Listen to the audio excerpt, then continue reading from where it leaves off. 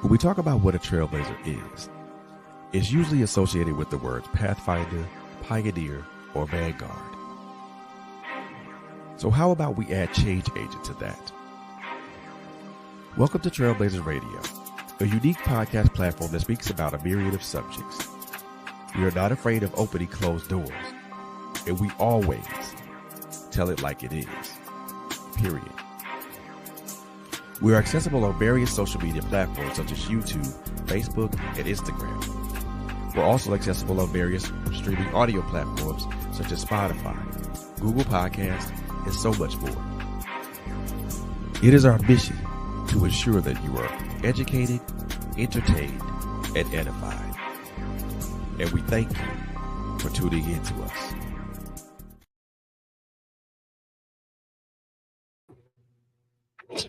What's up? Good evening, and good evening. Welcome to Man Cave Conversations / the check-in. This is the show where we talk about all things mental health from a male's perspective. I am your host, Mr. Frederick Beatty.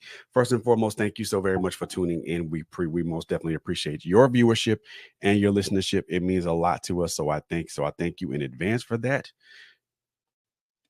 And yeah, the song you heard at the beginning of the show was called Punitive Damages, created by yours truly, powered by BandLab. I've been having a blast with BandLab, creating tracks for this platform. So I've been having a blast with that. Before we jump into this particular subject, man, I want to thank everybody who's tuning in tonight. Brothers, brothers, if you are, I want you guys to tap in with us and meet me in the chat tonight, because yeah, we're gonna talk about some things here, man. Most definitely to tune into this. I just want to thank you guys for tuning in, and thank you guys for being here. And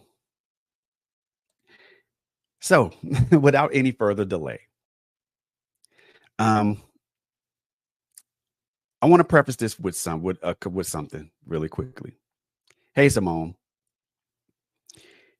What I'm talking about is something that a lot of people deal with, endure, or they circumvent. And it's something that a lot of us as men deal with. Doesn't matter the race of man. We as men all kind of deal with this, or kind of deal with this in a way. What I'm talking about, and I'll get to that in a moment. But I want to preface this with a disclaimer. Number one, I'm not a mental health professional. Number one. Number two, I don't claim to be. But what I am is a man with a unique set of experiences that I think and I hope that other men can draw from, and that they can use my experiences to try to help bolster and better their lives, to get them to think from a different point of view, a different perspective, a different way of seeing things that can help them bolster their lives and improve their lives. So I want to put that disclaimer out there. So one of the things that I won't even go into any detail. The thing that we're talking about tonight is based upon a Facebook post that I put out maybe 2 or 3 weeks ago. And what I'm talking about tonight is stigma. The stigma of mental health in men, especially Black men. Guys like me. It is something that affects all men. Number one. So I'm gonna talk more. I'm gonna talk on a broad level, but I'm also gonna talk on a different on a different level too. Yes, sis. I need a few brothers to roll up in here so we can have this conversation.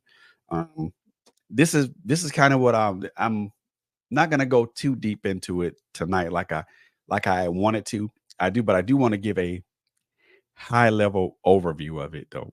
What what I feel it is, and what I think the effects are for us as men, especially us as black men. Because again, this is something I talk about.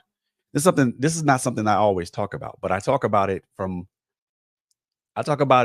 gonna talk about it from the macro instead of the micro. Um, Once I get more brothers in, we'll talk about it from the micro.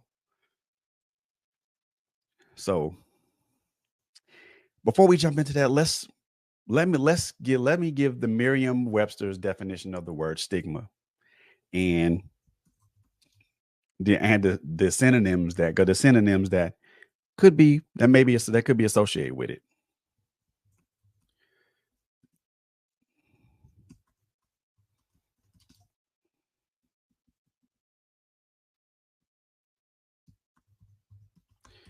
Give me 1 second.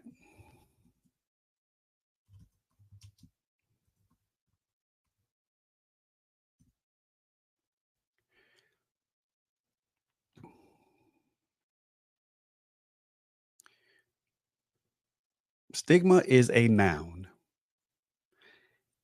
It means a mark of disgrace associated with a particular circumstance, quality, or person. The synonyms that are associated with that can be shame, disgrace, dishonor, um, stain, taint, blot, mark, blemish, brand, slur, smirch, discredit. Those are the synonyms that those are other words that could be associated with stigma. But I think it goes a little bit deeper than that. And I'm going to say that this is going to be a hard pill to swallow for a lot of people, men and women included, because I think if we're going to talk about something like this, something that's so broad as stigma, I think we need to kind of narrow it down. I feel that it needs to be narrowed down just a little bit from in certain aspects. And I'll talk about those aspects here shortly, but I want to say this, that the stigma that is associated with when it comes to mental health and us as men, black, it doesn't matter the race of man, black, white, um, Asian, whatever. There's this large stigma that comes with this, with mental health in men. This stigma comes from, and I this stigma comes from a long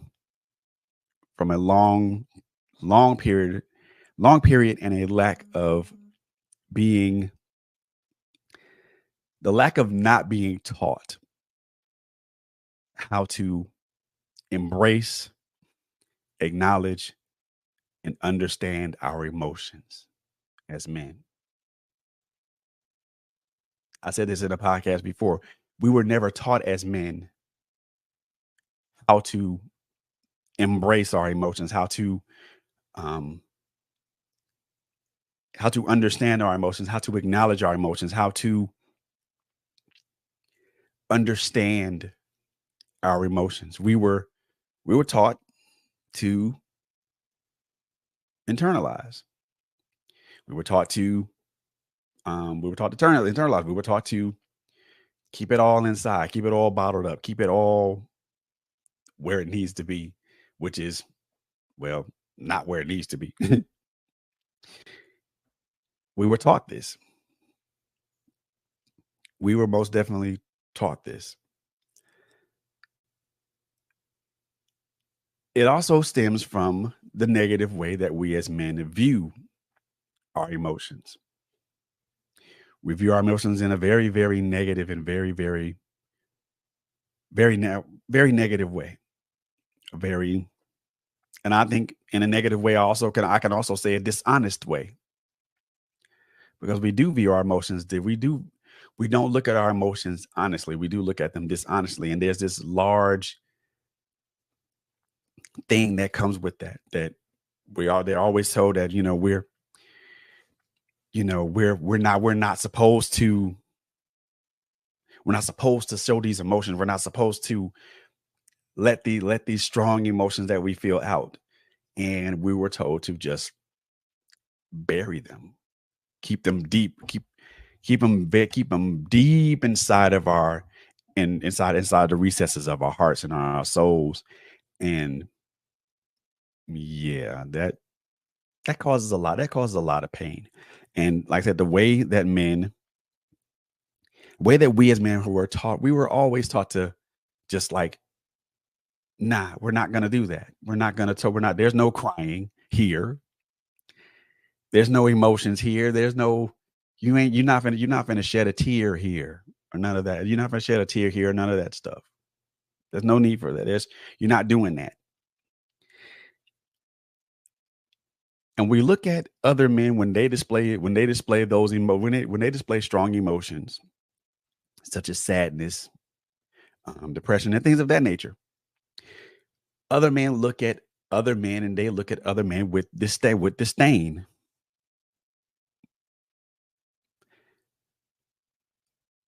When I say disdain, I mean disdain. They call this guy all kinds of soft, all kinds of weak, all kinds of other disparaging and discouraging words. And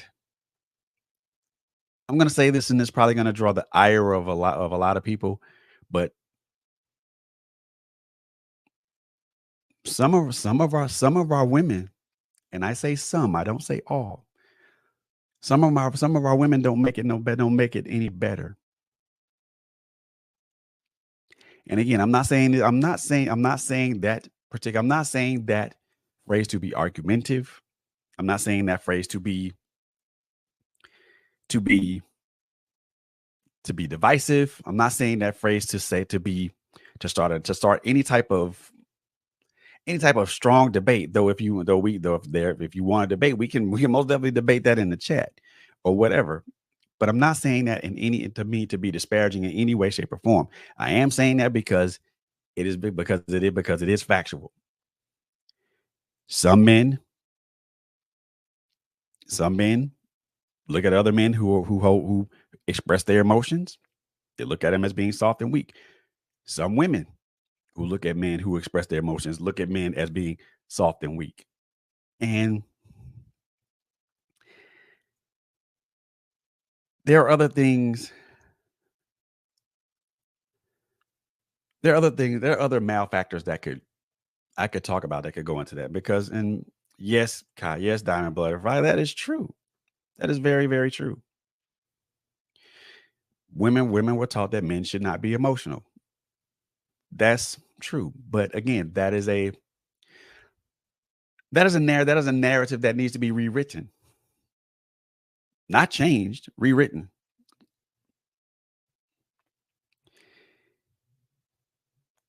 You know, we talk about narratives being changed, and it takes too long to change a narrative because the current narrative has already been ingrained in a whole bunch of people, and we need to rewrite that narrative.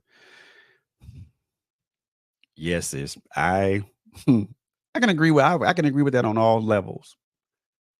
There has been some lopsided teaching in how we as men are supposed to express ourselves or how we're supposed to acknowledge what we feel, acknowledge how we feel. Rewriting. So, Mr. Mason, I'll say this: who gets to hold the pen? Whoever wants to hold the pen to write the narrative. Whoever wants to hold the pen to write the narrative, to rewrite the narrative. I would say that narrative needs to be rewritten by because we're talking about men. I think the narrative needs to be rewritten by men because there are a lot of us out here who are who do embrace their emotions, who do who do acknowledge and who do understand their emotions, and it doesn't impact us at all. It doesn't really impact us at all because we know who we are. We know who we are as men. Being a person who acknowledges and embraces and recognizes and acknowledges their emotions doesn't make you less of a man. It doesn't. And I'm sorry to say that, yeah. So I'm sorry to say this, and a lot of people are gonna again, they're going to rail against this, but the things that our fathers and our grandfathers taught us was wrong. Even though in the context of it, it was correct, but it was wrong. In the context of it, it was correct because our fathers and our grandfathers and their fathers before them wanted to be stable men, stable, impactful society produced, society contributing to men.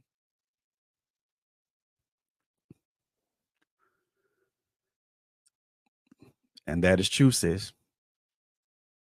That's the that system did do that to us. It forced us to watch as our and watch as just watch as and our children and our women get ravaged, and we had no say so. None.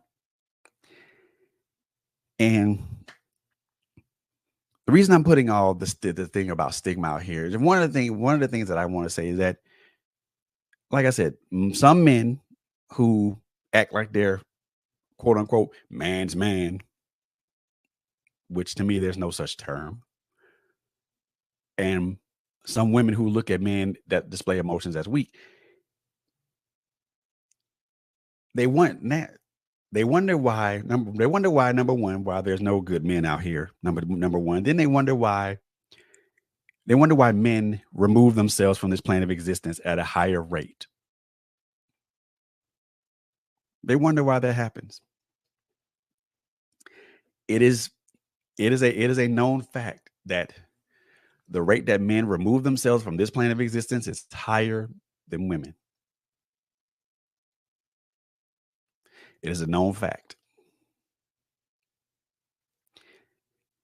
But even with that, there's so many other things that go into why this stigma with us as men and emotions persist. Number one is childhood. One of the things I want, and I'm not gonna say these are reasons, but I'm building towards some other things, about the effects of stigma. And one of the things one of the things I think have that I think is one of a major part of it is that trauma plays a large part in how anybody, whether it's male or female, trauma plays a large part in how we navigate our emotions. Negative aspects in our childhood, negative aspects in our adulthood have play a large role. They literally rewrite our life story in ways that we are not even prepared to handle. And yes, this trauma can be a bully, a very mean and persistent bully, a very mean and persistent bully. Childhood trauma, adulthood trauma from a lot of things. Now, I'm not saying that trauma is the major factor. It is not, but it plays a factor. The other thing that plays a part in it is just how we've been raised, how we as young men and young boys have been raised. I said this in a podcast before. There's so many. There are a lot of social. There are a lot of social political malfactors that play a part in how we as men have been taught and been raised, how we've been taught in this society, how we've been instructed to handle ourselves in this society. A lot of those social political malfactors with, especially us with black men, from they start it starts it begins from the slavery days, but it all but it continues past Jim Crow. It also continues past a lot of other things. So many things that have gone against us as black men in this society. And I'm not saying that to be this is the end all be all of it, because it's not. But these are things that contribute to it. These are things that have added on to it. Always being, always being the target of racism and um, police harassment and brutality, um, being the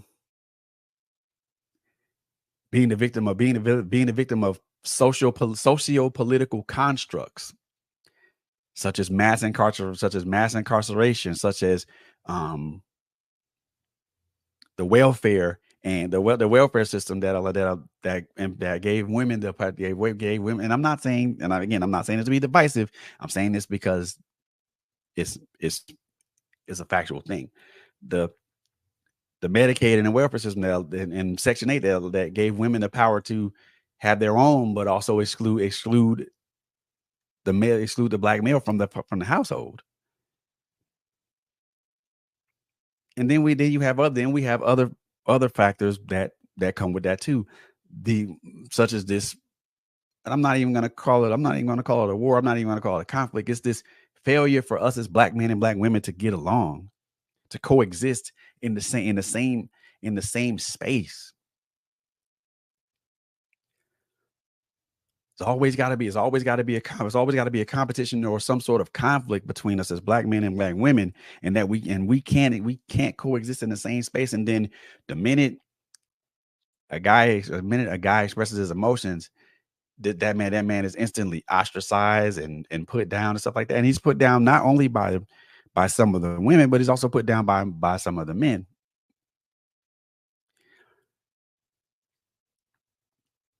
And how can we do that? How do we as men express our emotions when we've been taught to suppress? We've been taught to hide. We've been taught to keep these things hidden not not put them out in the open, because if we put those things out in the open, what happens? Mostly, in some instances, what happens is that we get exposed. T, what's up, bro? How you doing? You muted, man. You muted. Ah, There we go.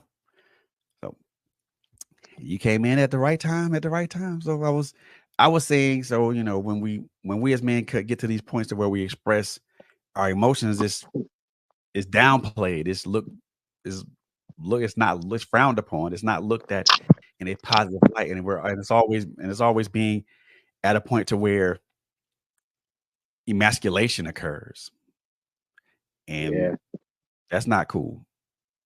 No, it's not. It's not. It's not. And it's probably a situation um, where it's become routine.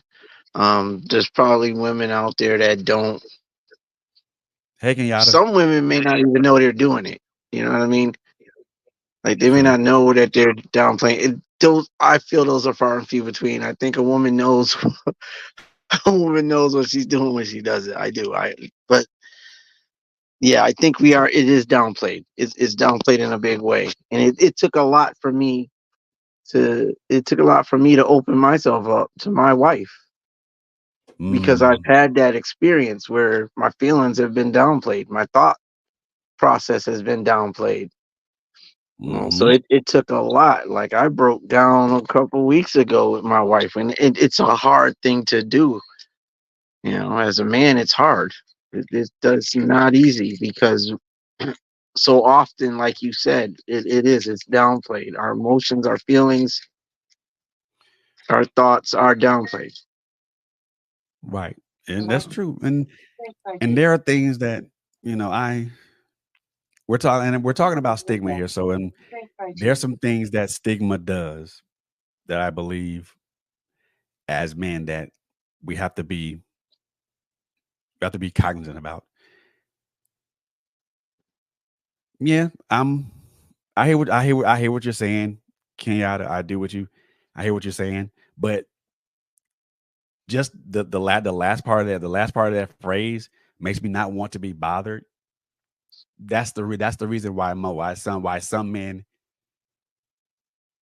suppress their emotions or compartmentalize their emotions or hide their emotions. If you don't want to be bothered with me, if you don't want to be bothered with me when I'm in this state, then you don't want to be bothered with me when I'm happy. You don't want to be bothered with me when I'm up. If you don't want to be bothered with me when I'm down and I'm not really saying much, then you really don't want to be bothered with me when I'm happy.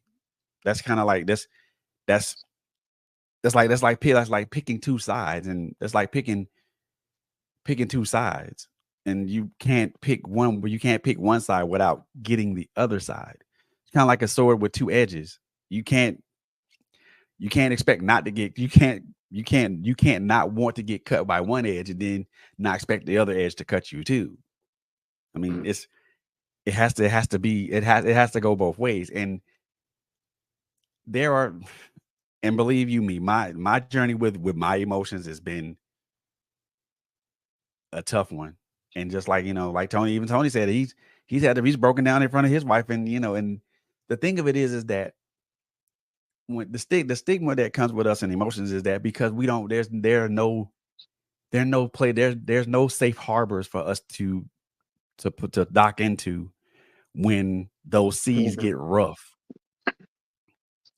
We Nope. can be buffeted, we can be tossed to and fro in that sea of whatever we're going through. And all we want to find is safe harbor. We just want to find a lighthouse and a safe harbor to pull into.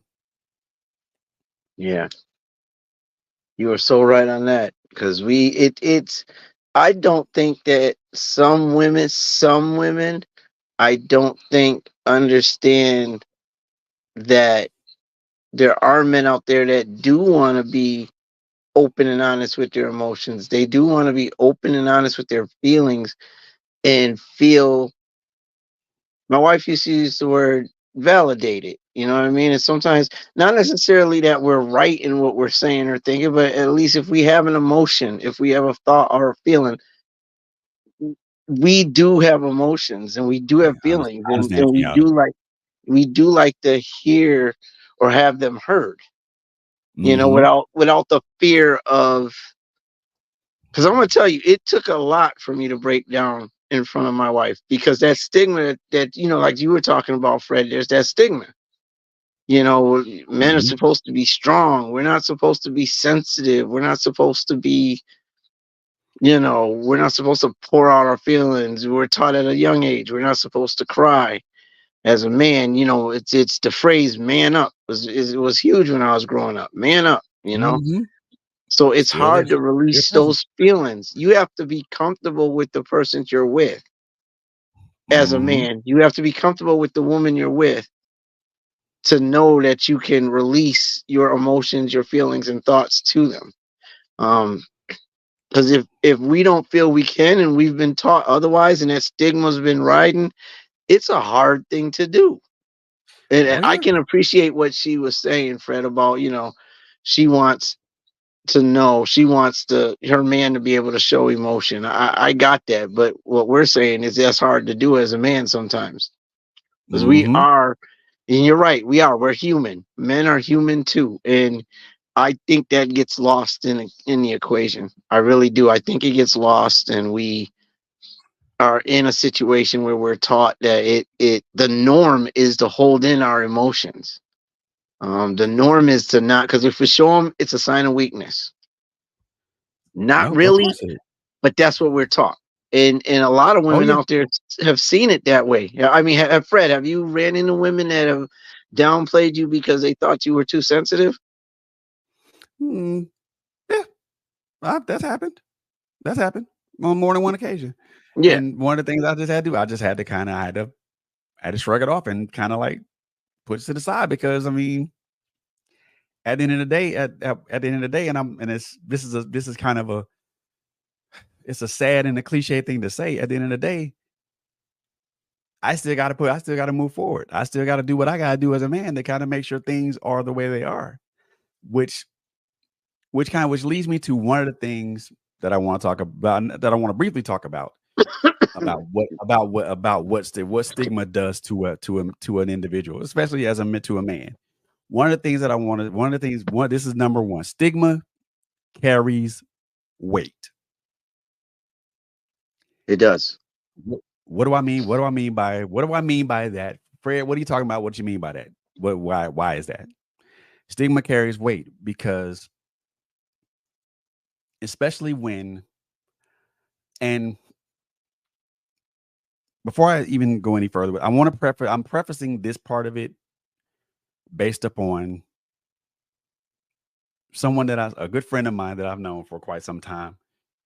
Um, she lost she lost her husband because he removed himself from this plane of existence. And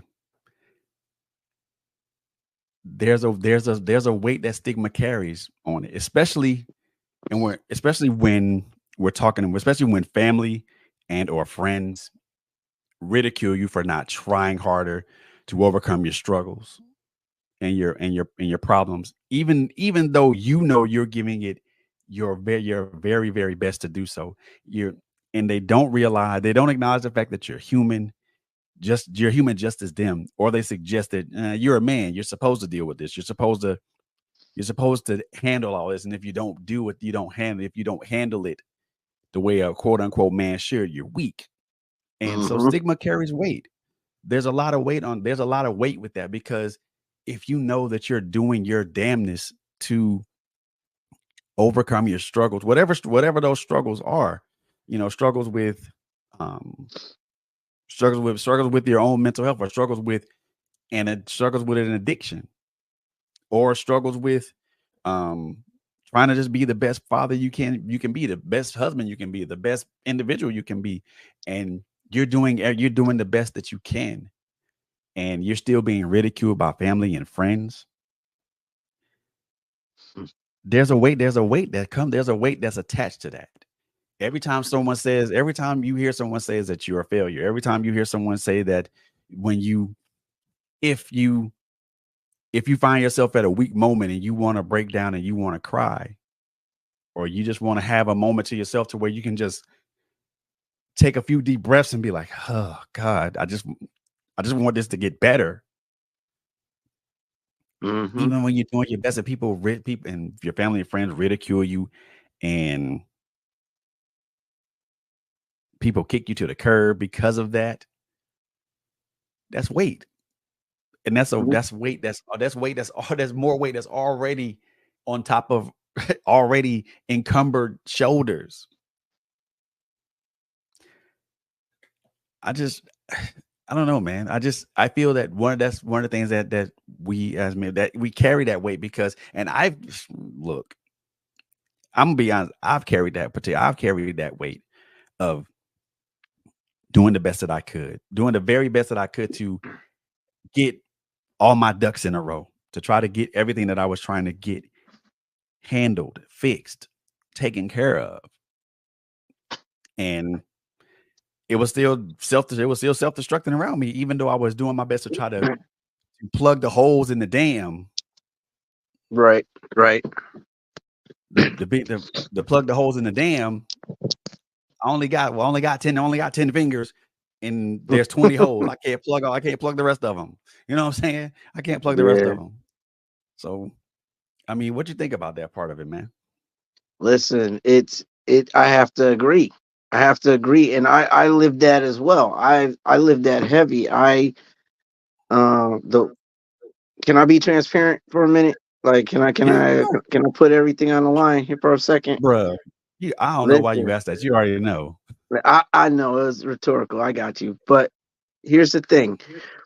Before my wife I have now, I was with a woman who was the prime example of what we're talking about now. And I'm not going to get out here just to talk. I'm not trying to talk anybody down. I'm going to say from my aspect of it, I was emotionally and mentally abused. Mm, This woman played with my emotions like you would not believe. This woman played with my mental. I allowed my mental to be played with because I was trying to do, like you said, Fred, things got to get done, got to move forward. I did not see it as abuse until I left the relationship. I had mm, it beat me down. I did not feel like a man, and I wasn't allowed in that situation to speak. I right. wasn't allowed to voice my opinion without being wrong. Like I Right. couldn't talk about my feelings, because I was expected to be a particular way, do particular things. And at the same time, some of those things that needed to be done, she wanted them done her way. You know what I mean? So me trying to Mm. have a conversation with her, point out an opinion, and then even in my head, that made me feel weak. Just to look at it from another angle, that made me feel weak. But again, I was in the relationship for it in the name of love. I was in the relationship to get stuff done and to make her happy. That's my Mm, goal. You know what I mean? And there is a difference, ladies. There's a difference. The woman that I am married to now, I love her to death. That woman is for me, has my back. Now, she doesn't expect me to, when I broke down in front of her one day, she did not expect me to break down. And when I broke down in mm, front of her about some things I was feeling, it wasn't something that she had ever dealt with, because brothers come hard, because that's how we're taught. right. So on the other end of that spectrum, it took her by surprise. And that says something. You know what I mean? That says a lot. But I've been there, done that. Like I traveled that road. And it's Mhm. hard as a man, you know, at the same time that I was being broken down, I'm expected to be a man.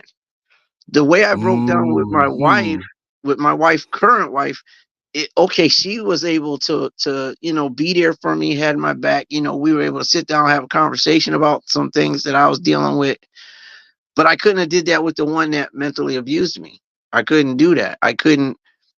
I would have been looked at like I had five heads, and there was something definitely wrong with me, and I knew that. So I never really voiced my opinion like that. I did, but I didn't. You know what I'm saying? Like I felt like I was in a catch-22. I was in a trap of sorts, and Oh, it's yeah. hard. It's hard for a man to stand for when you love a woman, when you have a real man, and that real man loves a real woman. She's going to be there, and he's going to Mhm. be there when it comes down to the emotional, not just the financial, not just the sexual, but the emotional plays a part. The mental plays a part, and know what you're getting into before you get into it. Because if I'm an Mhm. emotional man and I get with a woman and we don't have a conversation, and I don't know that she's not an emotional type, or I don't know that she's not gonna receive my emotions if I go through something, we that relationship's gonna have a problem. So I mean, I believe, and it's just me, but I believe that again, that goes back to, yeah, we need to communicate. We need to conversate. What kind of man do you want? What kind of woman do Man. you want? Because at the end of the Yes, day, sir. if we don't have that conversation, like Mr. we Mason. that's a pointed conversation right there.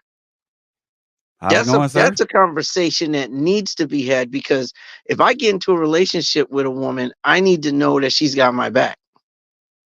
It's not True. about I need to have those moments where I gotta break down, so you gotta be ready when it happens. It's not about that. It's if anything Right, right, were to right, right. happen, yeah, if anything were to happen, are you gonna be there? Is it gonna be is are we living in that stigma? Are you the type of woman that is gonna get bent out of shape and think less of me and treat me less than I ought to be treated because you don't feel I should be emotional, or you don't feel I need to be put on the persona of being strong.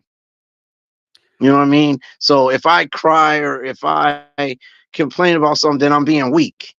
Yeah, I don't want no weak But man. Okay, but that's not a sign of weakness. I mean, that's what you were taught. So if that's how true. you think, we need to know that before we get into this relationship, because I'm Yeah. gonna treat you a particular way. You let me know what Yeah. you need, I'll let you know what I need, and if we can supply them needs, then we can move forward. Otherwise, and I'm an advocate for that right now because been there, done that. I lived that torture. I lived it. Didn't have that Mm, conversation. I lived that torture. And I'll be honest with all y'all, I lived that torture for like 15 years. So I know what I'm talking about. We need to have those conversations because it's not gonna be pretty in the end. You're gonna wind up with mm-mm. somebody who thinks lesser of you, and half of the time, women won't tell you that they think lesser of you. They just will No. treat you like they think lesser of you. So it comes in the form of resist. I got this weak behind man. Now they're feeling You thinking resentful. you thinking you're a prince, but they think, but in their mind you're a pauper. You're a pauper. Right. And they're going to the beauty salons, or they're walking the mall, or they at their girl's house, and they're talking about how weak you were. When you were at a vulnerable moment and you chose to show your emotions, that became a weakness in her head. So now But she thinks you're weak, and she's not going to tell you, but she's going to tell her girls.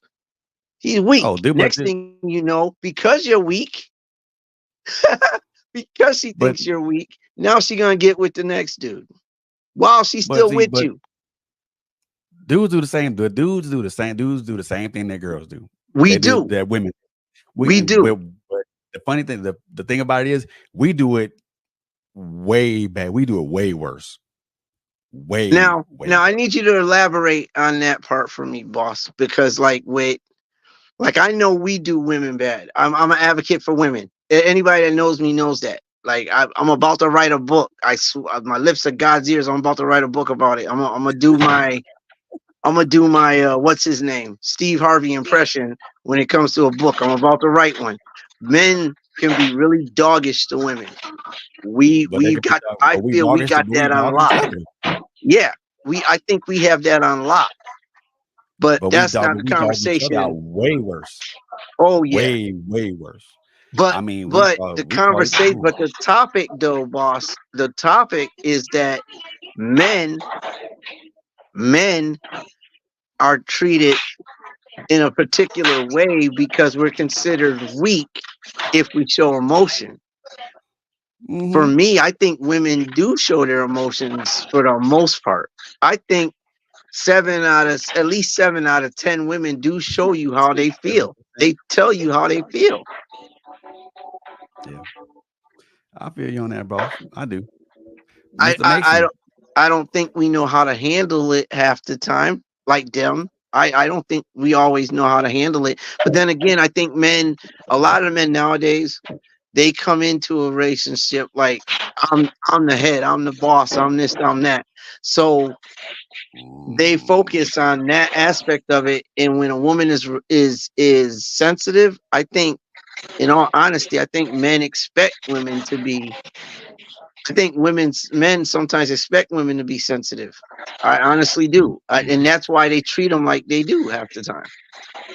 okay, so yeah, off topic real quick, and I want you guys to see if I want you guys. I want both of you guys to see if you answer this question off topic real quick because you just said something about men come walking in being the head. bro, what makes you think you gonna be the head and you ain't earned that title yet?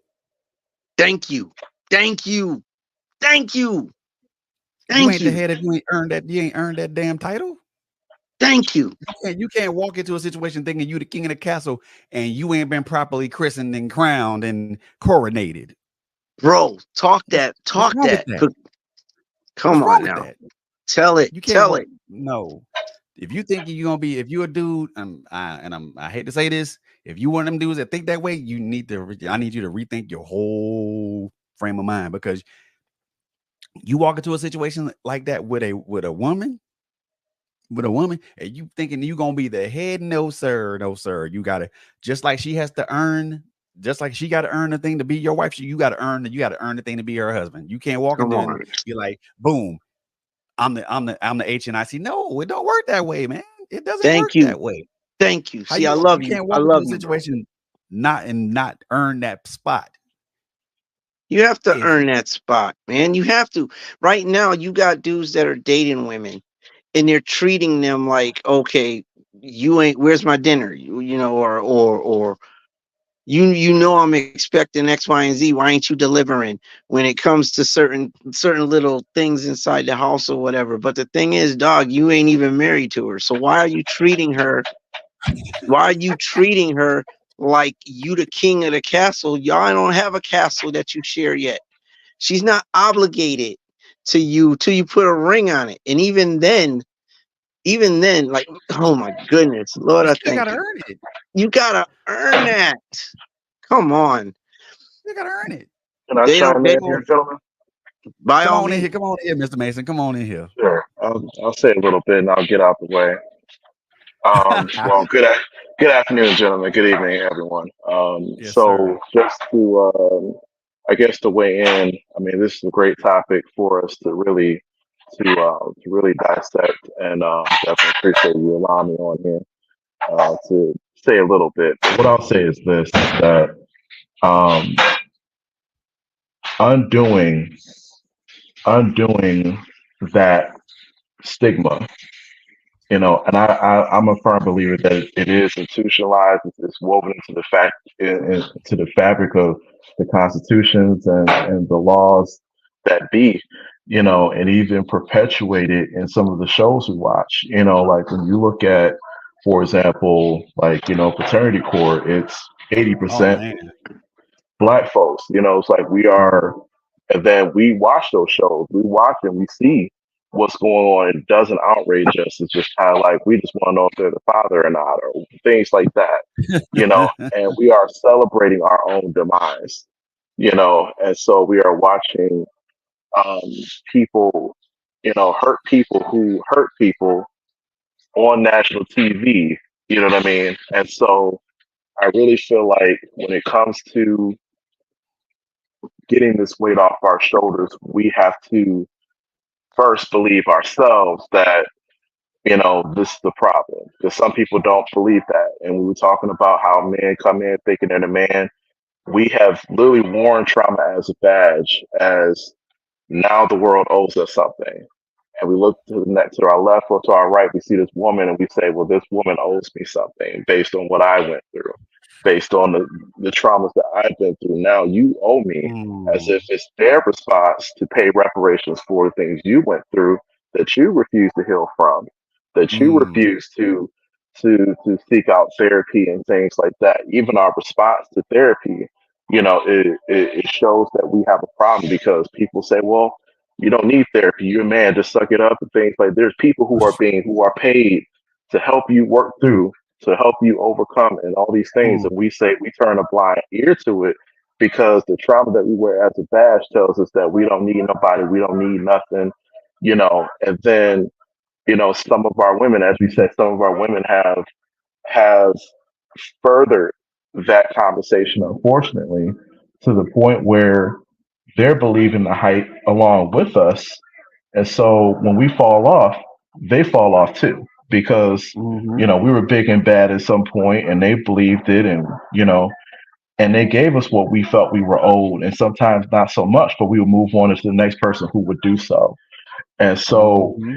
it goes back to if we're going to heal And if we're going to Mm. overcome trauma, we have to understand that the stigmas that are attached to those things are a problem. As long as we don't see them as a problem, then we feel like the way we act and the way we carry on is a solution.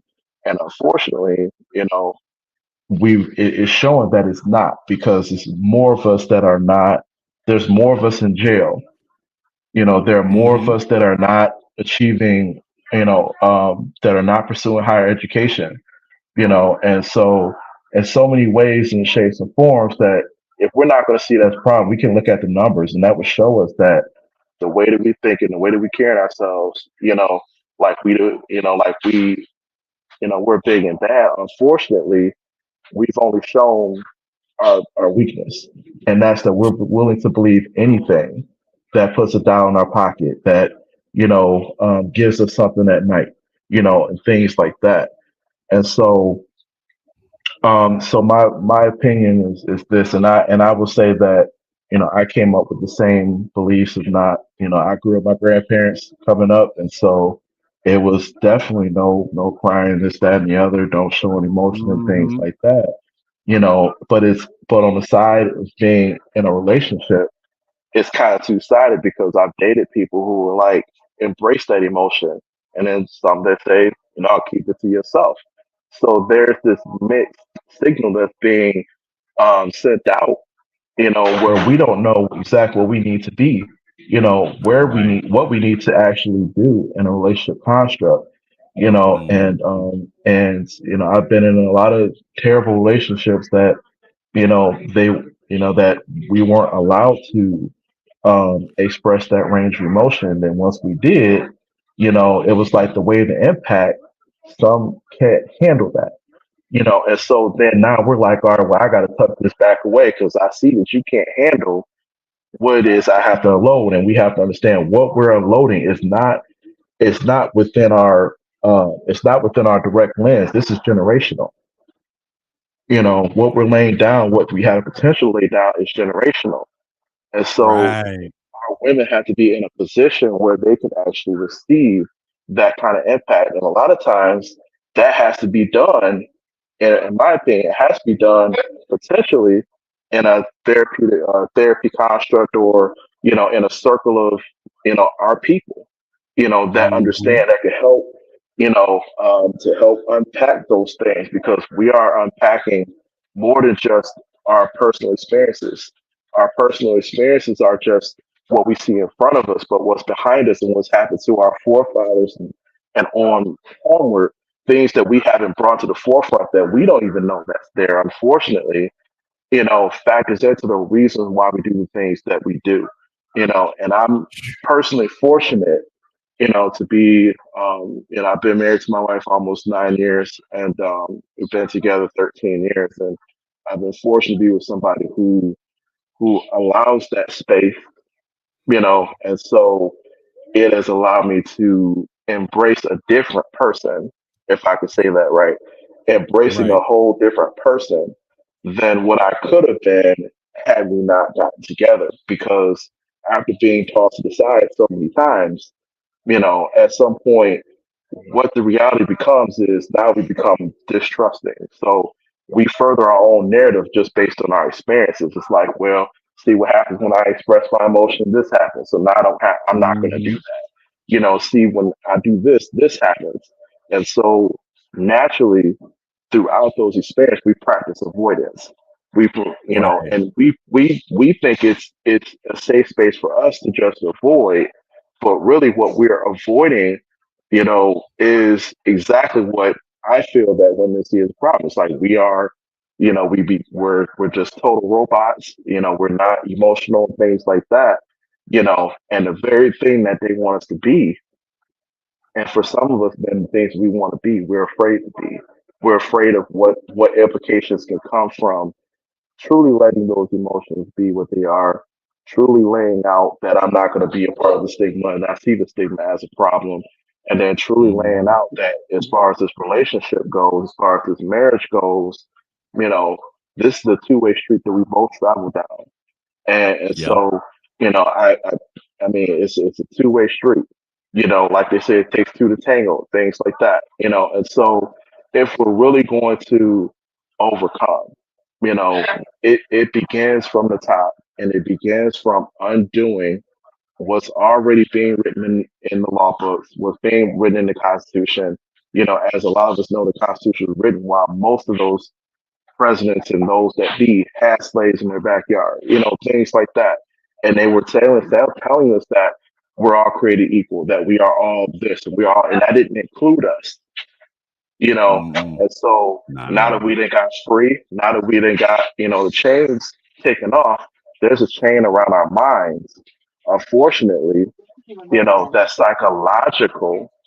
And then unfortunately, instead of trying to work to undo the chain, we're tightening that. And we're allowing others to tighten that chain, you know. Mm, And so I'm a firm believer that, you know, we have to undo it on that level. And then we have to, like you just said, we have to rewrite the narrative. And, you know, and as I said before, like who gets to hold the pen, I think that's something that men and women should hold together in a sense, you mhm, know, mhm, because sure, we can write the narrative, but it can't come from a place of trauma. It can't come from a place of being in alignment with the stigma. So if we're not there, then yeah, we might need some help from those on the outside that understand, you know. But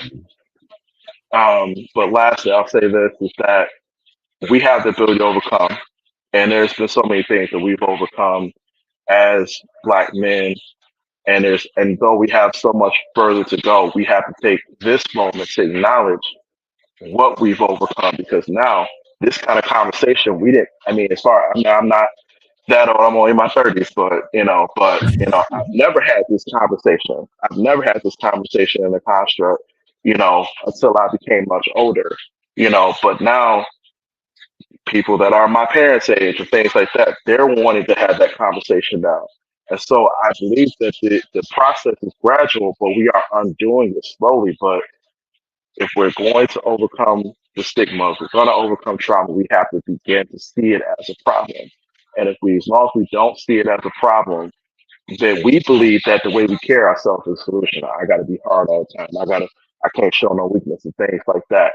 We wear that as a badge, and we have to take that badge off if we're truly sold out, and we truly don't want our children and grandchildren and so forth to have to go through the same stuff.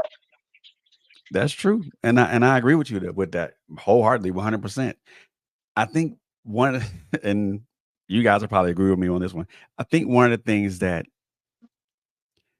we as Black men, I think we accept readily is the despondency, the despair, the the depression, and all the other and everything that goes with it.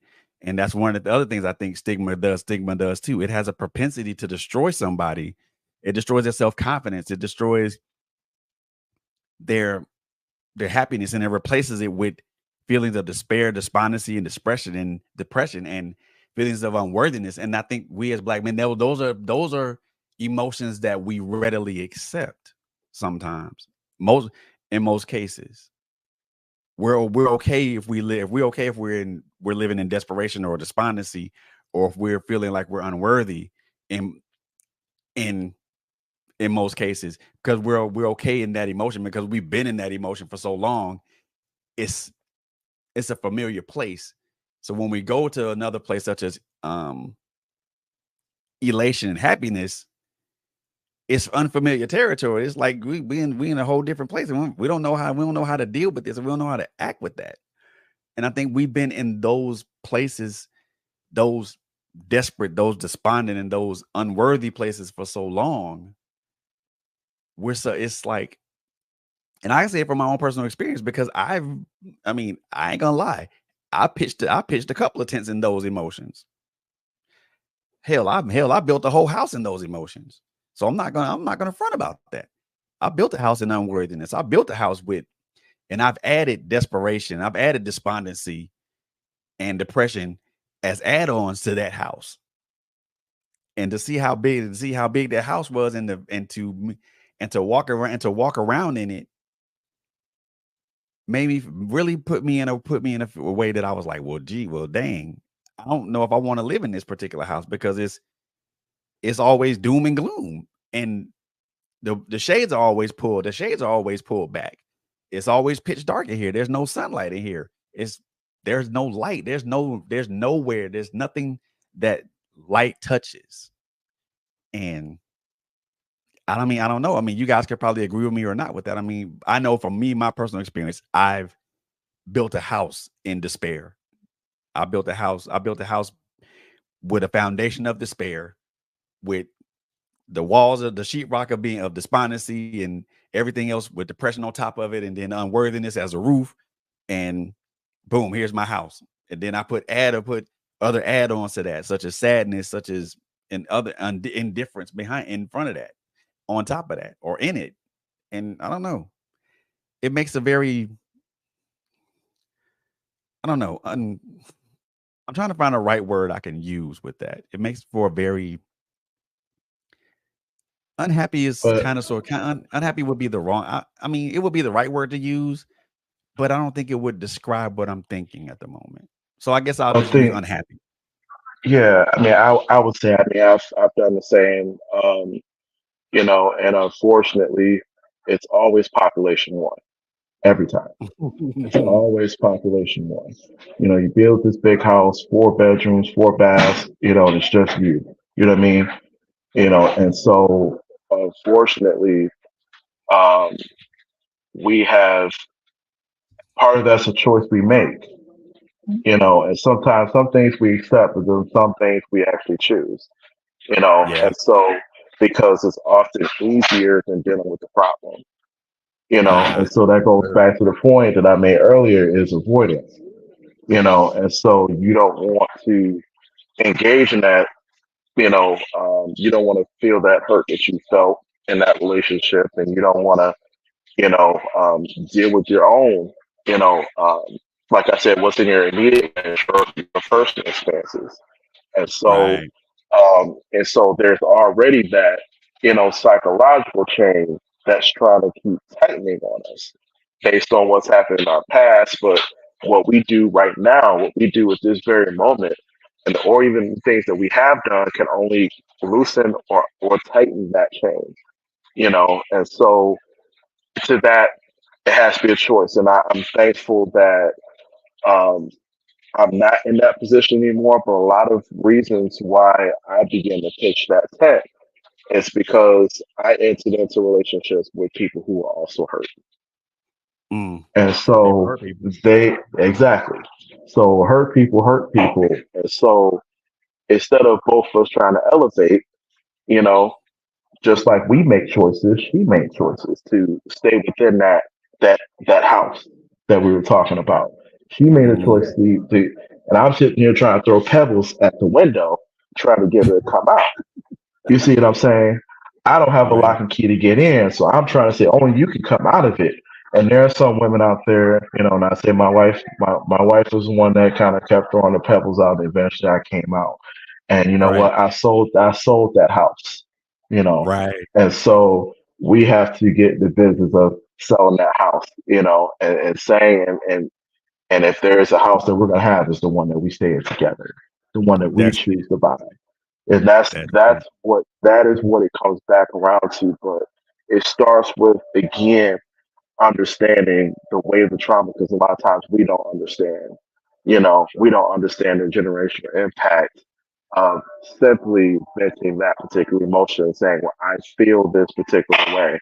Even if they may not agree, like they may not see you eye to eye, or whatever the situation might be. They may not see it all that way, but if they can appreciate the emotion, then now I'm willing to be in a space where now this is my safe space now, because now I could be authentic, you know. And so we have to get to a place where we want and we value authenticity in ourselves, not just in our grind. And so we have to take away what we've been reduced to, which is being not say it's a detractor, but just being a provider, being being a loud voice in the house and things like that.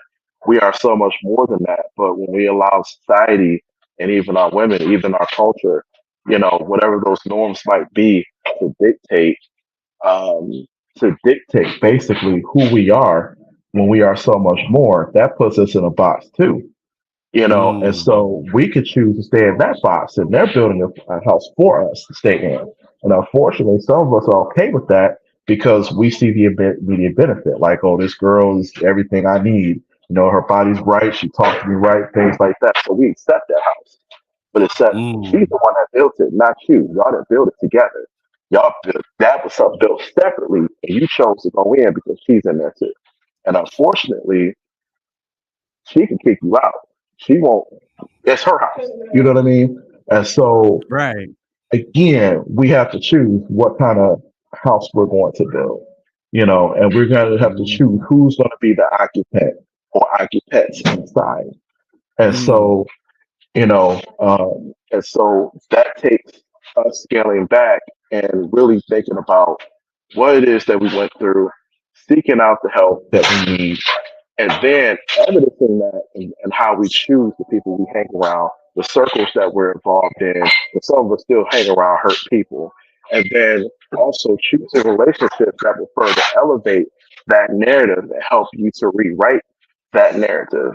And so you have to be conscientious of when you're building this house, even with the mate, that you still have to be conscientious of who you allow in, and mm, so that goes back to what are we doing and what do we really want? yeah.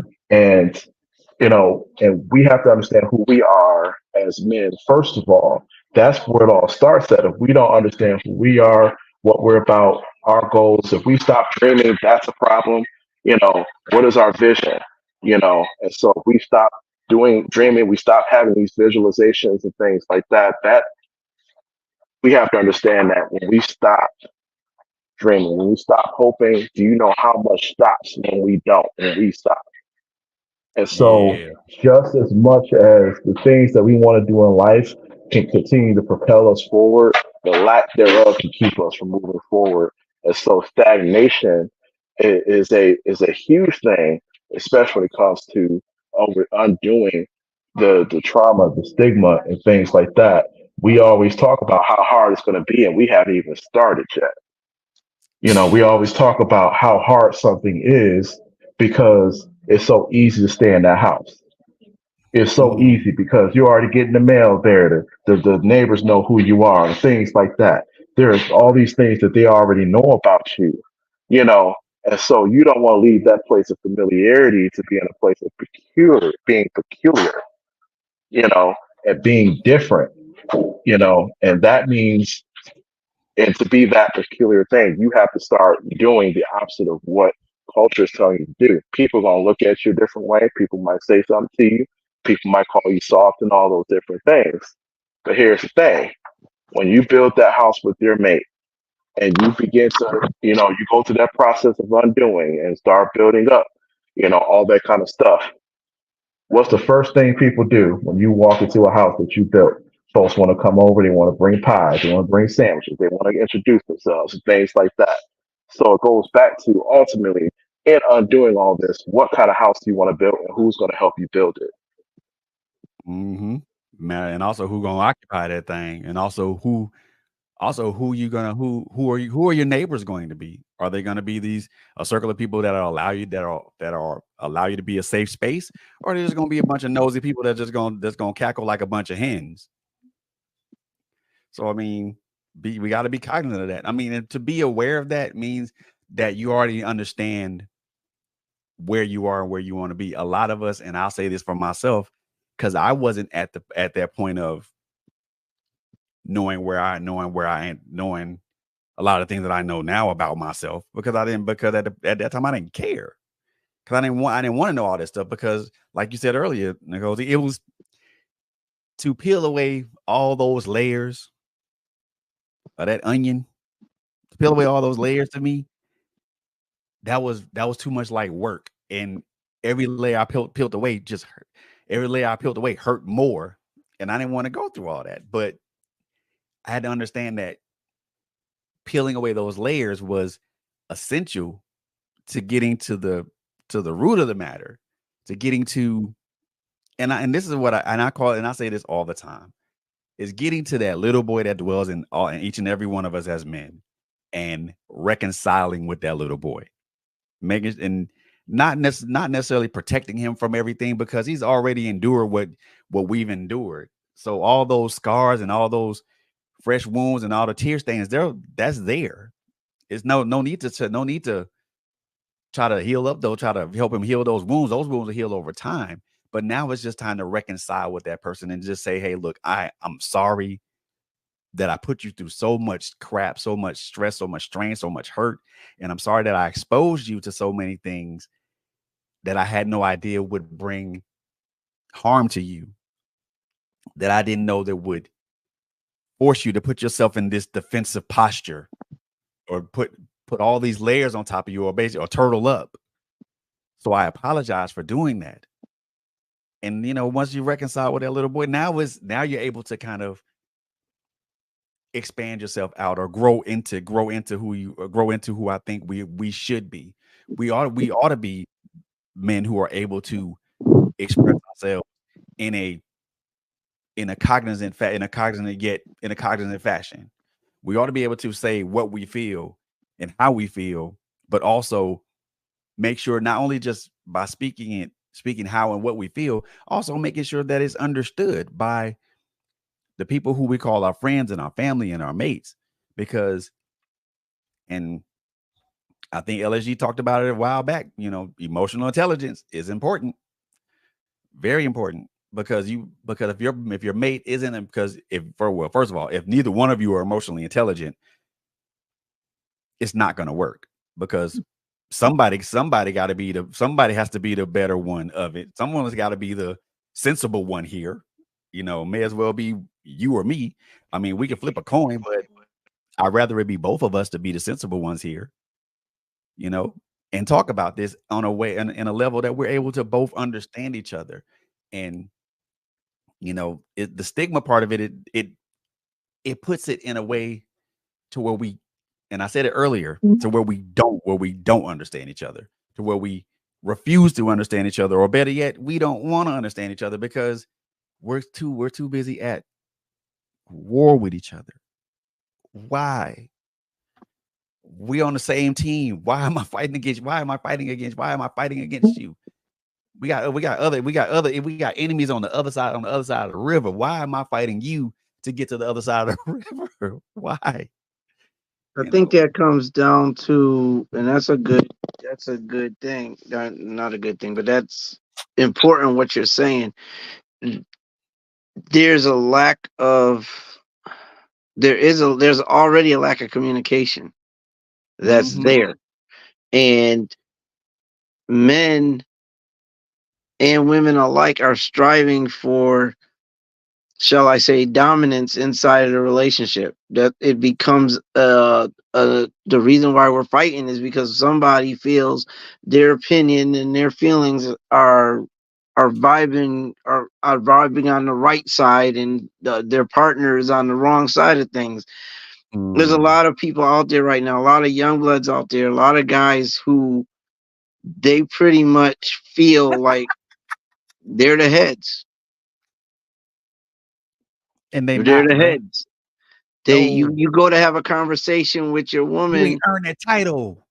and they haven't, and that's a problem. That's also and I was glad when you said that the first time, because at the end of the day, we're expecting stuff in a relationship that we have not earned.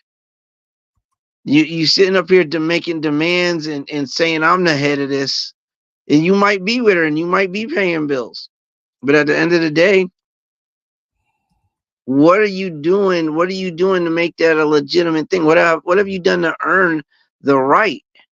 And a lot of them, it's so tiring. You get on Facebook or YouTube, you see these discussions, especially YouTube, on these podcasts with these young guys that are they're wholeheartedly in, and they're using the Bible as justification for the way that they're talking to their women or acting.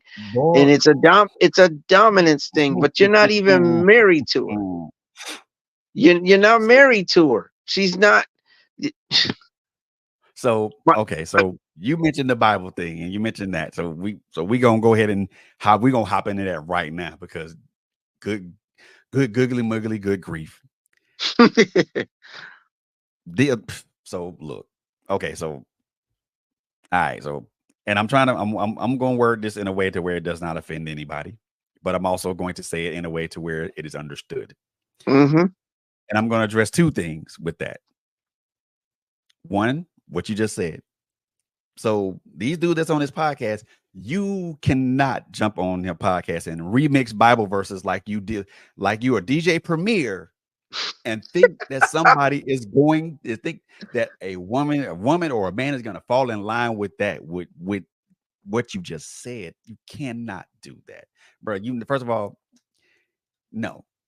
If you out here remixing Bible verses like DJ Premier, then what you saying is not it's not factual. It's not accurate. You can't remix a Bible verse and then throw it out here and say that it's law. You can't do that.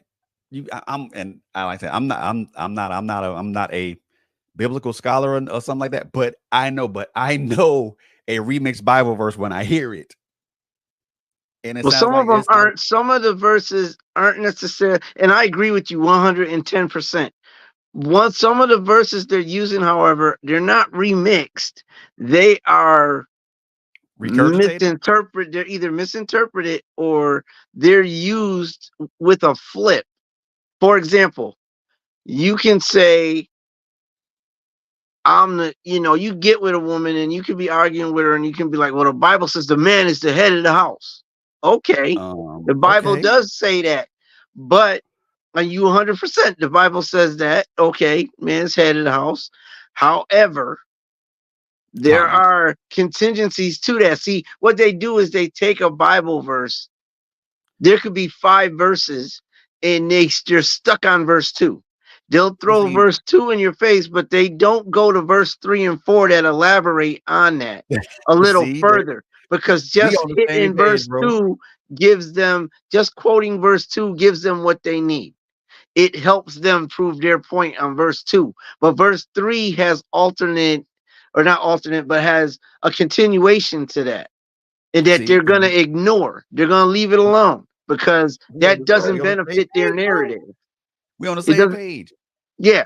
We on the same page. People got it because look, this is the way that this is how I read the Bible.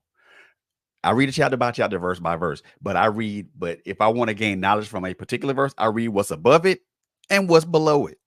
Right. That's how Because it should be. Right. because there's context There's a in everything. context. There's context. Okay, so if I'm just focusing on this one verse right here, okay, let me see what's above it to where it got to here, and let me see what's below it to see what happens after that. Yeah. And this is the other thing that I want to address before we jump any further. So, and again, not to be offensive. Well, yeah, I think I'm gonna be offensive tonight, just for this one instance. Just for this one instance. So, and I'm saying this with a hard disclaimer, very hard disclaimer. There are wonderful organizations, religious organizations out here that that are very, very attentive about the emotional and the physical and mental needs of their congregants. So there are great many organizations, religious organizations out there that do a wonderful job of that. But for those organizations that don't do it, that don't do this, and that you perpetuate the stigmatization of mental and emotional health, you're wrong. You're dead wrong. And you cannot say, well, you ain't praying hard enough to get to you ain't praying the depression away hard enough. What? Hold on, wait a minute. Okay, so yeah, I know I need God, but I also need therapy too. And in addition to that, I'm coming to your house to get a little help, and you gonna stigmatize me even more because I'm telling you I'm depressed, because I'm telling you I feel sad, because I'm telling you I've been crying all night, and I came to your house because I want to feel some joy, but yet you're going to stigmatize me and ostracize me because of that. Hmm. I think so. I think some of y'all people need to be up under a microscope because, and I'm not saying, and again, not saying it to be, well, I am saying this to be offensive, but I'm also saying it to be factual because the moment that you, as a religious organization, you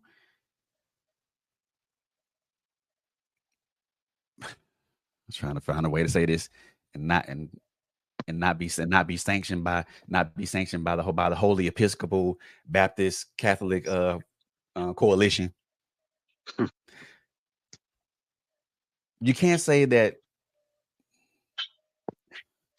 you can't tell a person that they're not praying hard enough when they're depressed. You can't say that they're not asking God to take away the depression or help them with the depression. You have no idea what they're praying for. You have no way of knowing what they even petition God for. And you just by looking at them, you can say, "Well, you ain't prayed hard enough." You have no idea. Why you think my eyes are bloodshot red right now? Because I've been praying all night, asking for God to help me with what I'm going through. Why do you think I came into your house, aka the hospital? I came into your house, which is aka the hospital, aka the emergency room, because I want to be healed, because I want to get healed. I want some sort of assurance from God to say everything's gonna be all right, my child. Just just be cool, be easy, trust and believe in me, calm down, and you cool. But no, you minimize that. You make light of that. You make it seem like this what this person's going through is minuscule. And what may be minuscule to you is big to that person. And I'm gonna say this because I think it needs to be said, and this is not to offend, and nor is it to make anybody feel nor to make any religious organization feel small. I'm not. This is not the reason I'm saying this. I'm doing this because I want to bring awareness to this. But when you ignore the signs,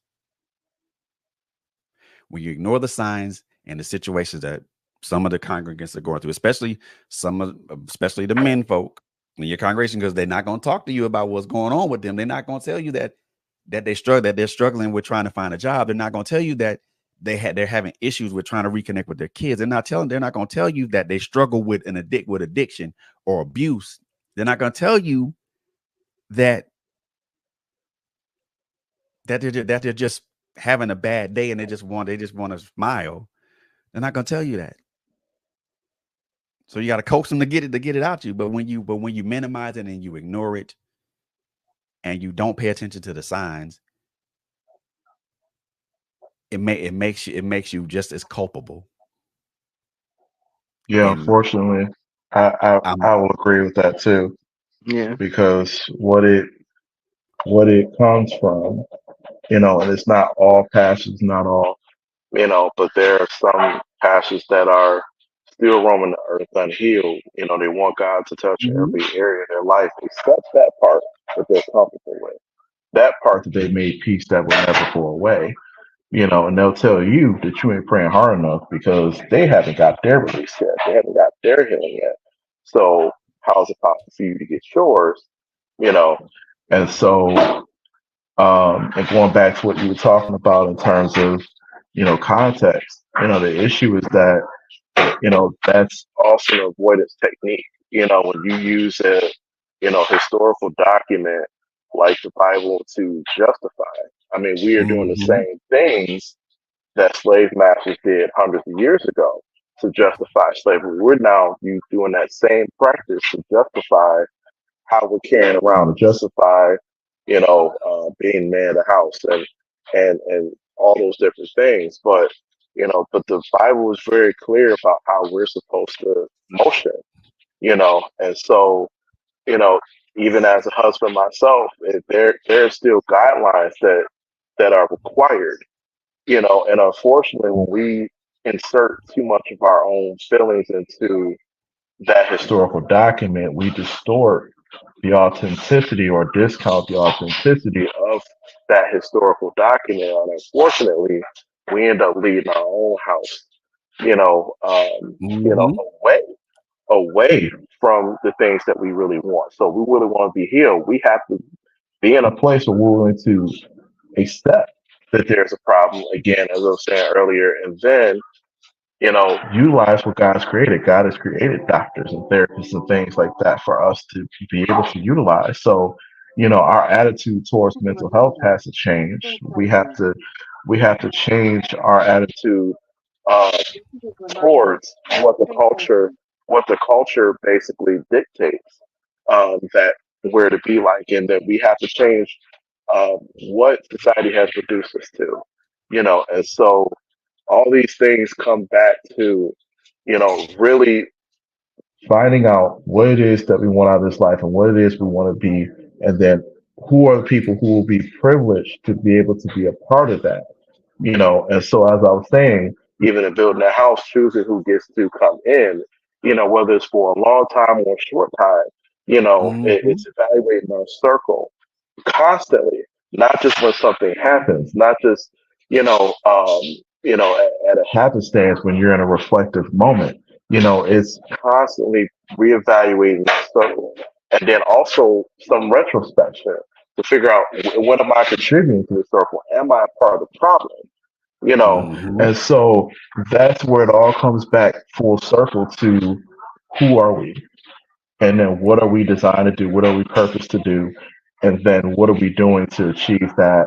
And so, you know, if we are using biblical, if we're using scripture to turn around and say, well, I'm doing this because the Bible said, there are a lot of things that people will use in the term of, like Ephesians 5, when they talk about what husbands are supposed to do, and folks ain't even married. It doesn't apply.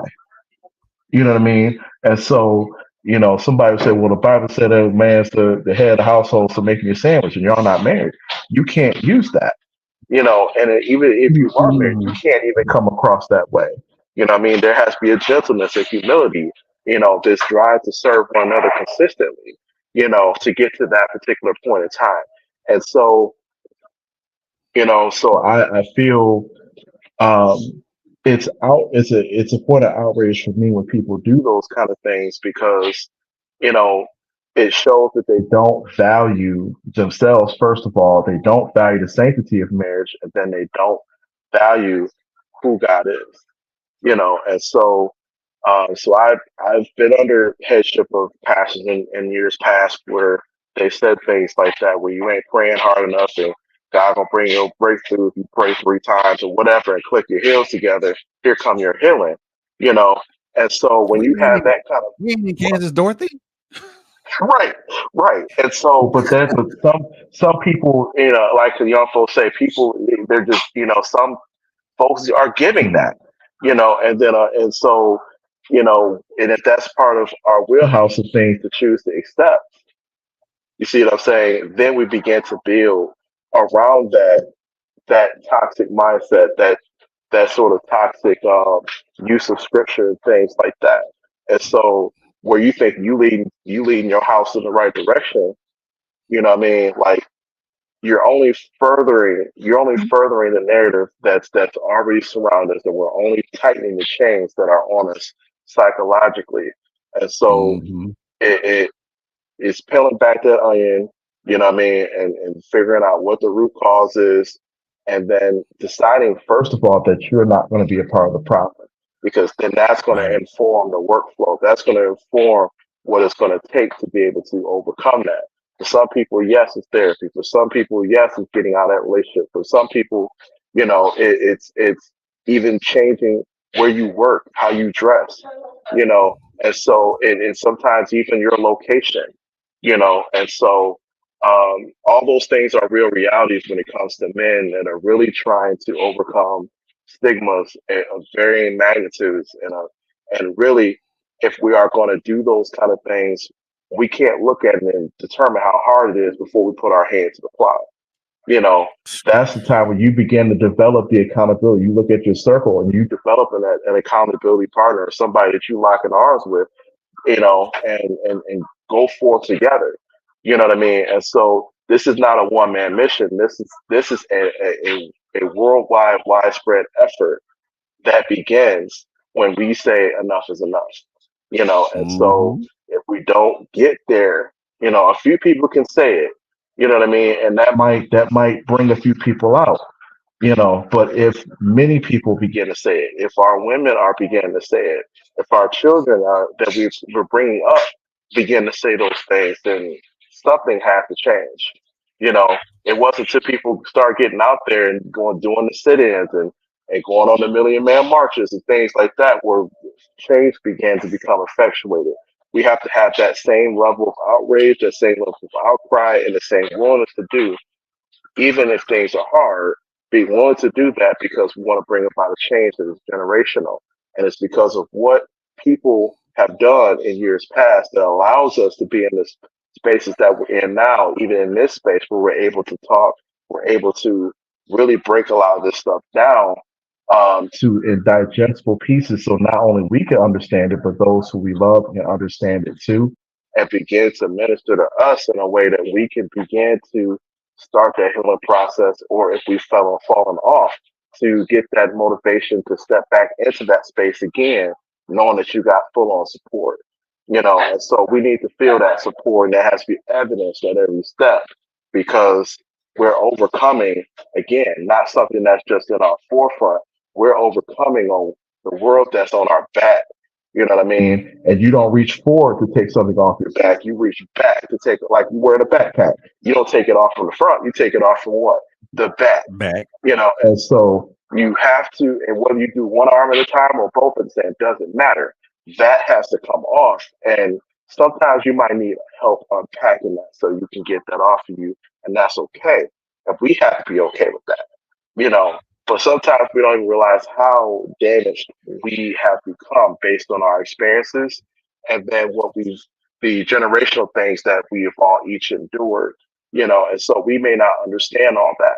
And so we have to be willing to be in a position where we need to be under a headship of, a trusted pastor or, a trusted therapist or whatnot. We have to be willing to do those things, do something different to bring about a different result. Mm. And like Latanya said, boots on the ground. I mean, another thing is like one of the things you said about is unpacking. How do you know how do you know what to unpack if you don't look at your luggage?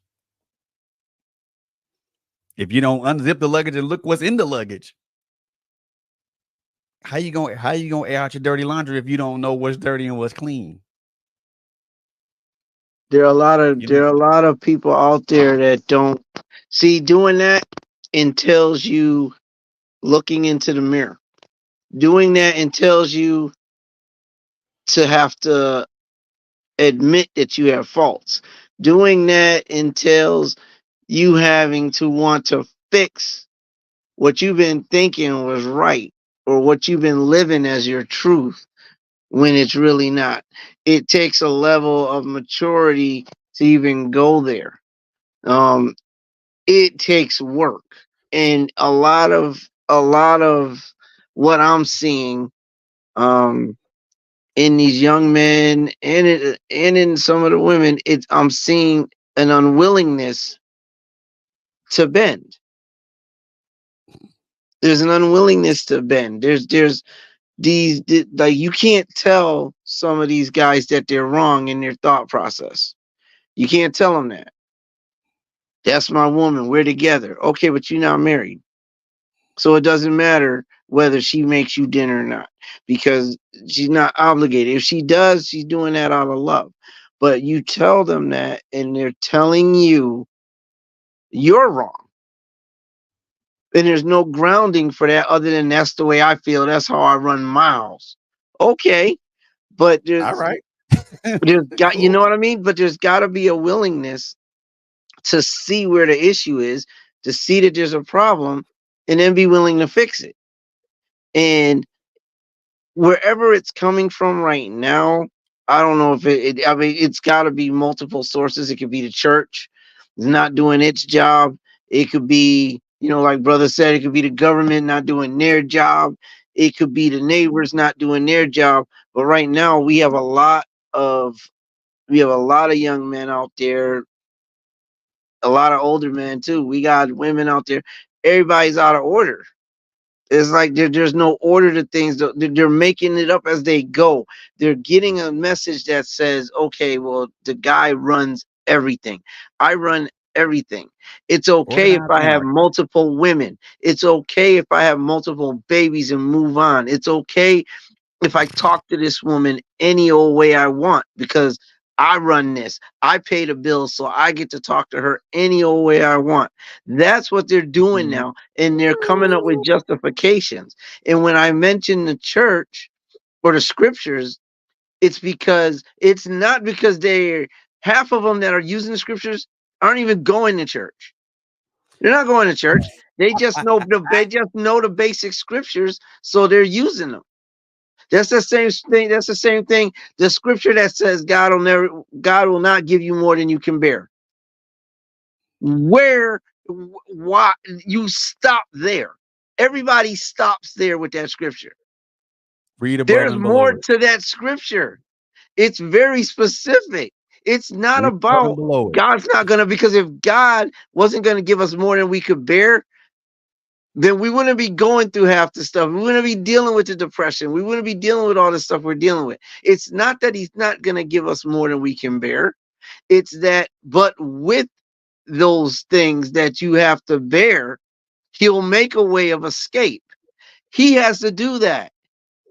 And they leave all of that out because it's a feel good generation. So it's like, okay, well, let's make them feel good. So, God, don't worry about it. God's not going to give you more than you can bear. You can get out of this.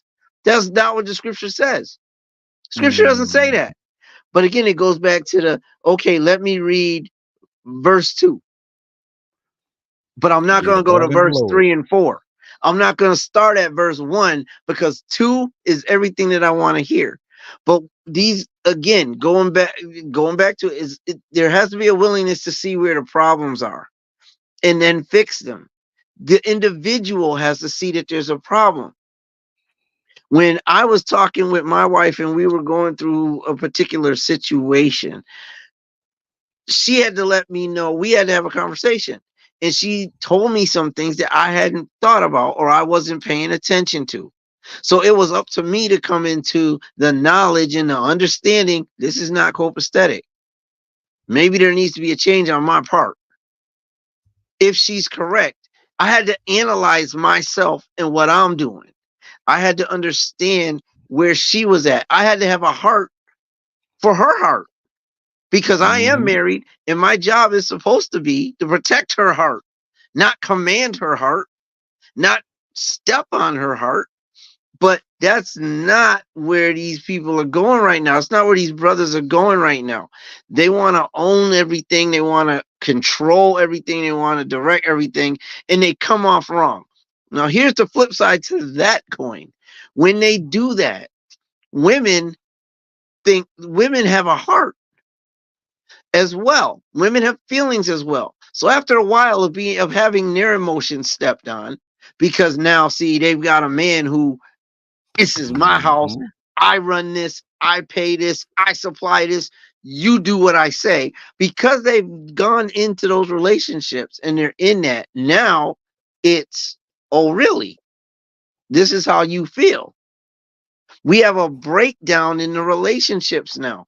They don't want to necessarily follow. First of all, if a woman's going to follow a man that's about something. Not only do you follow a man that's about something, but if you're going to follow him, marry him.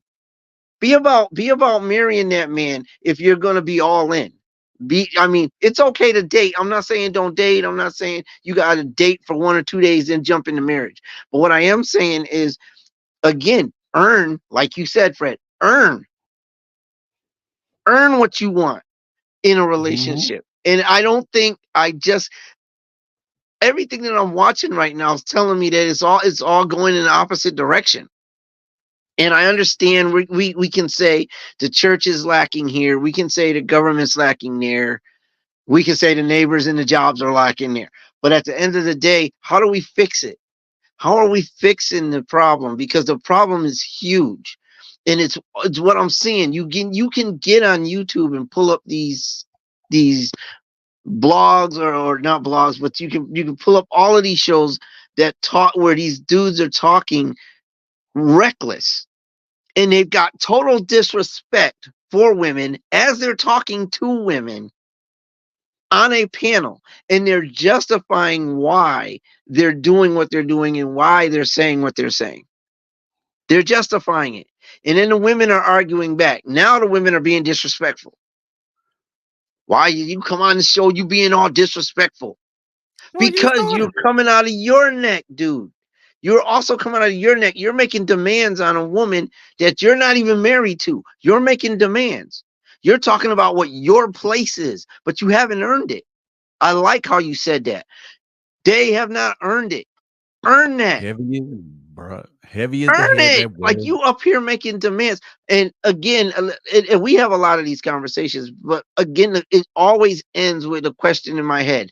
How are we going to fix this? Like literally fix this. Can this be fixed? And if it can, how do we fix it? Because the churches aren't fixing it right now. The churches, shoot, these dudes are using Bible verses to But justify how they're the the king church, of their home. They're the the church head of ain't their home. the They're church is doing that. responsible. The church is So it's responsible, but so the churches aren't going to fix it. We have shows, and people tune in and they hear it and they have opinions and everything. But how are we going to fix the mindset of the people that are doing this now? Because it's spreading. They now can get on YouTube and any other social platform, and they can spew everything they're spewing about how women are disrespectful. Women want to be the heads. And in some instances, that is true. I'm not going to say it's all lies. Some women, feel a need to run their home and do the things that they do. But at the end of okay. the day, what kind of Compromise. situations have they been in where they're made to feel like they don't have a choice? Mm, They got with a like I said, dude that almost had them living on his corner. He couldn't be trusted. I'm the head of the house, but you taking the money and nah, you buying PlayStations, Xboxes. You out there doing whatever you want with your money and her money. Now you don't choices and have bill. You don't Tony, have the money for the that's bill. Right? You exactly. You don't have the choice, money for the Tony. That's bills. choices and consequence. That's choices and consequences. It That is is. choices and It consequences. That is. It's choices he and made a consequences. choice. So They now, both they but now both the they both woman paid a price. leaves. Yeah, but now the woman leaves. Now she's with somebody else. We've already said that there are consequences to certain Yeah, things. There are ramifications. There are stigmas that are yeah. added to things. So now, as far as I'm concerned, like this woman went through hell. It's the same thing that a man does. When we started this conversation, we said, okay, you know, how do we get out of that stigma? And how is it that, how do we get to show that we have a heart and how can we be sensitive and it be okay because of the That's stigma of being hurt before? But women also go through that, and then they're in a situation where they have to run their house because they've gone in and trusted a man who almost put them in the streets with nothing. So now that's they're in another relationship. So the next dude that they get with, especially if there's no conversation, they're looking to make sure that it doesn't happen again. right. I The get you on woman, that. the woman is like, I'm not letting that happen again. So now she's searching for some type of control herself so that it doesn't happen again. You want to tell me to let you lead, and then you lead me into a ditch. And then But after aren't we? you led me into the ditch, then you're going to tell me you still want to lead. But aren't we all searching for some modicum of control? Okay, but and this is true because in my house, me and my wife, we work together. We work Right. together. Like it, and she can feel confident in saying if I'm overspending or I'm doing something, she can say that to me. If I Right. go to the left, I can trust her. I'm trusting her to tell me, babe, we're going to the left with this. She'll trust me to be like, babe, we are going to the left. I've told my wife that before when I started concerned with a bill or something. I'm like, babe, how about we don't go in the store and get such and such. But my question I to like you is, to spend money on this, food. Tony. But my question to you is this, Tony. That trust was earned, wasn't it?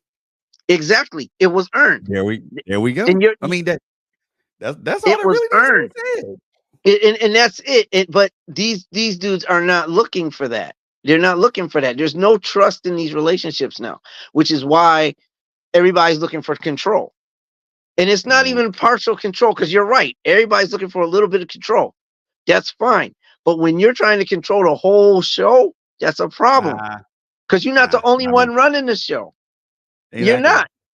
These brothers will get with a woman who's solidified. I told my 5-year-old daughter, I said, look, I'm going to teach you. Well, I didn't tell her. I just did it. I'm like, I'm going to fix it so that she has a mindset to have her own place, her own money, which is bank account, a car, and a job. Because I did not want to see her. And this is when I was younger. I did not want to see her get taken advantage of by any other man. Then a man comes in there and she's living with him. She don't have a job. She doesn't have her own money. Now he gets mad. She's got nowhere to go but home, but back to her parents because he done kicked her out. She can't get where she got to go because he done took the car, kicked her out of the car, the whole nine. Like, Mm, no, have your own. It's okay if he has his, and if y'all get together and you share, that's cool. But I get it. I I get you, bro. I I get didn't want that. You to fight for control. You are 100% right, Fred. Everybody yeah. wants a piece of control. That's fine, but a piece. Don't try to run the whole show, Yeah. especially when Yeah. you haven't earned it. You ain't even bought a ticket to the show. You just trying to say you own it. So You trying you to got run in a free. show. You got in You free. snuck in the back door of that show talking about you run it. You can't do that. You can't Right. do that. And how do we fix that mindset? That I'm always thinking on that. How do we fix that mindset? And we It's don't going have the Martin Luther Kings anymore. We don't have the Malcolm X's. nah.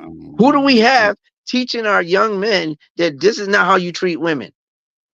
Who do Well, we have for women, for female leaders, teaching the females how to deal with their men?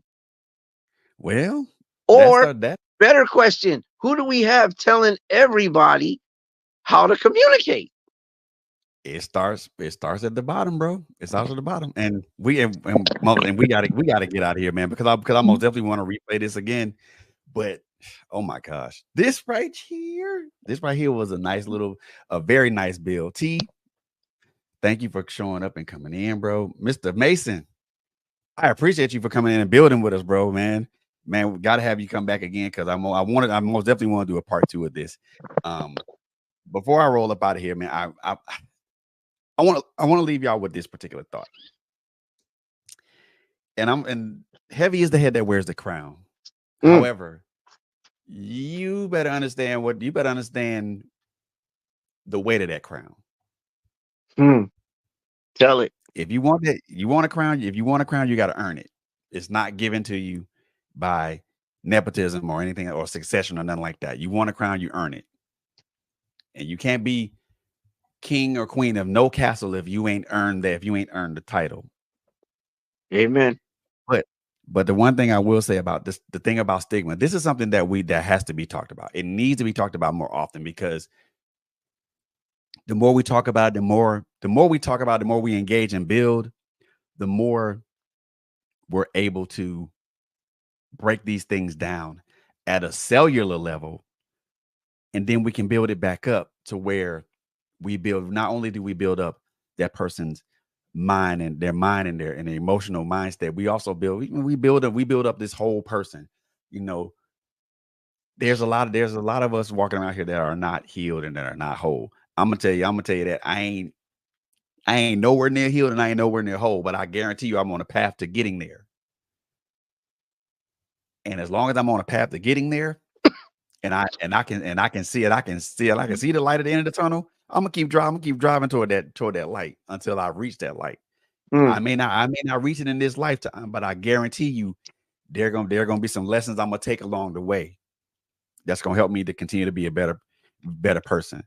Like I said, I want to thank Mr. T Wade and Mr. Nkosi Mason for being here tonight, man. Brothers, I appreciate the bill, man. Look, Mr. Mason, your timing was perfect. Yes, sir. Perfect timing. Yes, sir. Perfect timing, sir. Perfect timing. Look, we got to do a part two of this, man. Before we get up out of here, look, I want to tell y'all, thank y'all for being here tonight. Thank y'all so very much for being here tonight and building with us. We are going to do a replay of this. Share this with a brother with a brother in your circle, because man, they let them watch this podcast, let them listen to this podcast, this particular episode, and let's build with each other, y'all. It's man, it's crazy how we cannot build with each other because we always think we have to be the owner of a person or a somebody of someone or something. Mm-hmm. And be honest with you, we ain't owners of nothing except our own lives. And really, our life. And I'll be honest with you, our lives don't even belong to us. Tell it. So I'm gonna leave y'all with that. We're definitely gonna get a part two going here, man. So look, please like, share, subscribe. We got a YouTube channel, man.